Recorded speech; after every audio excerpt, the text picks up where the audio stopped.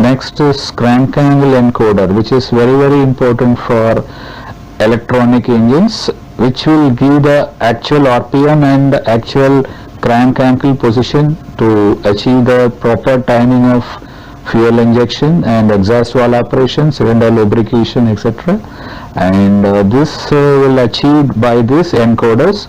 And one encoder as a reference encoder we are going to use later, and this encoder is fitted behind the flywheel, and this will sense the position of the flywheel by sensing the semicircular ring. It is fitted behind the flywheel. You can see that blue color ring, and this ring is fitted 90-degree offset from number 1 unit TDC.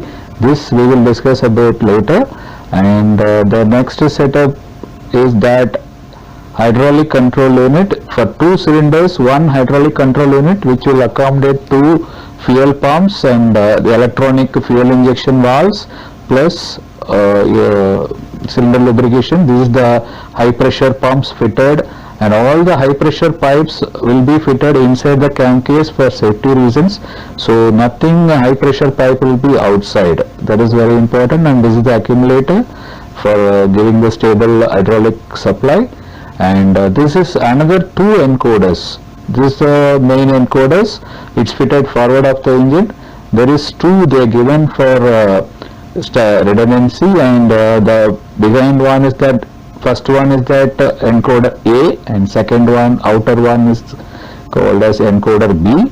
And encoder A is exactly fitted on number 1 TDC. The reference, it will take the reference from number 1 TDC, and second one 45-degree offset from the number 1 TDC. They fitted in that way, and in few minutes I will explain you why this offset is required. And this is the setup they are given. And next, from this encoder the signals will go to this amplifiers, this encoder amplifier. From here, this is the actual setup, actual photo of the main engine. And now I will tell you how the encoder is working. It is just like a disc. It is rotating along with the shaft, and this setup is having infrared lights in one side, and the disc is having windows, having a transparent windows. Through that the lights are passing, and then the sensors is receiving the lights, and this will give the signal to the amplifiers. So from that you can measure the RPM and crank angle also, and we will discuss about this detailedly, how we are achieving the RPM plus crank angle with the sensor. And this is the setup. And with this small animation I will explain the working principle of these 3 encoder together. And there are 2 encoder in the forward shaft, you can see, and blue one is that encoder A. That is the main encoder. It fitted exactly with the number 1 TDC. And this is the encoder B. It is 45-degree offset from the number 1 TDC they fitted. And the third one is that flywheel encoder. It is you can see the marker that of semicircular ring fitted 90-degree offset. Now you can see that on rotation how the thing is going on, and it is having so many sensors, not only marker sensor, it is having a quadrature sensor also. And in few seconds we will discuss about these sensors, what is the difference and why it is required this many sensors for one encoder. And you can see that one encoder, it is having 4 sensors. So what is the purpose of 4 sensors? In a few minutes we will discuss about that. And now one by one we will go with this small animations. And now you can see that we have this many sensors. That main sensor, big one, is that marker sensors, and 2 marker sensor in one encoder, which will be 90-degree offset, and small sensor together fitted. It is called quadrature sensor. That is for calculating the RPM as well as the direction of the shaft. And this is the setup.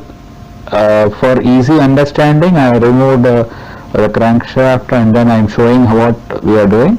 And now what I am going to do, all the sensors markers I am going to turn in one direction, bring it in one position like this, so that easy for us to understand the position, what is happening, and which sensor is giving in signal, and with that what we can understand. See, this is the normal drawing normally available in the manual, and you can see that 45-degree offset the encoder B is set it. Now I will explain about this incremental encoder. This is the basic type, which is having only one sensor on the wheel, and with that sensor we are getting the signal like a graph as shown in the down below. And with this graph we can measure the RPM, only RPM, not the direction of the wheel as well as the crank ankle position. So with that we can achieve this much only. For getting the direction we need the next encoder called quadrature encoder, which is having two sensors together like as shown in the figure, and because of these two sensors together we are getting two graphs signal outputs like below, and you can see that number 1 A sensor is leading than number 2 sensor. So with which is leading, according to that we can find the rotation of the wheel. That is the idea of this sensor, and with the timing also we can measure how much angle it is rotated. That is also is possible with this quadrature sensor. And the next one is that absolute encoder, which will give the exact crank angle also. And here the marker sensor, it is additional sensor fitted with the marker ring, circular ring on number 1 TDC. So whenever the marker ring crossed the marker sensor, it will give the starting point of the crank. From that we can get all the angles by the measurement as shown in the slide. From this we are achieving the crank angle position also. Next we will discuss about why the marker ring they given 180 degree and also 45 degree 90 degree offset from number 1 TDC. The reason behind is that when the switch on the power after power shutdown or anything, then the system should understand which angle position currently the engine is there to achieve the starting position for the electronically system. So for achieving that we are giving this 45 degree. This animation will show you in each position the status of all 4 sensors in the tabular column. With this we can achieve which 45 degree actually the engine is now it is there, so that unit starting valve will start for initial movement. If one revolution we achieved, then all system will get resetted with that actual position. So after that the computer will calculated the correct angle, and all the system will continue to run. In this system, instead of sensor MSA in the encoder A, there are a flywheel sensor used as a reference sensor. The reason behind this, there is a chance of error in encoder A and encoder B sensors getting slipped from the shaft. So but flywheel sensor is a fixed one, will not get error anytime. So we are using this sensor as a reference sensor to calibrate the other sensors. This is the reason they given the flywheel sensor.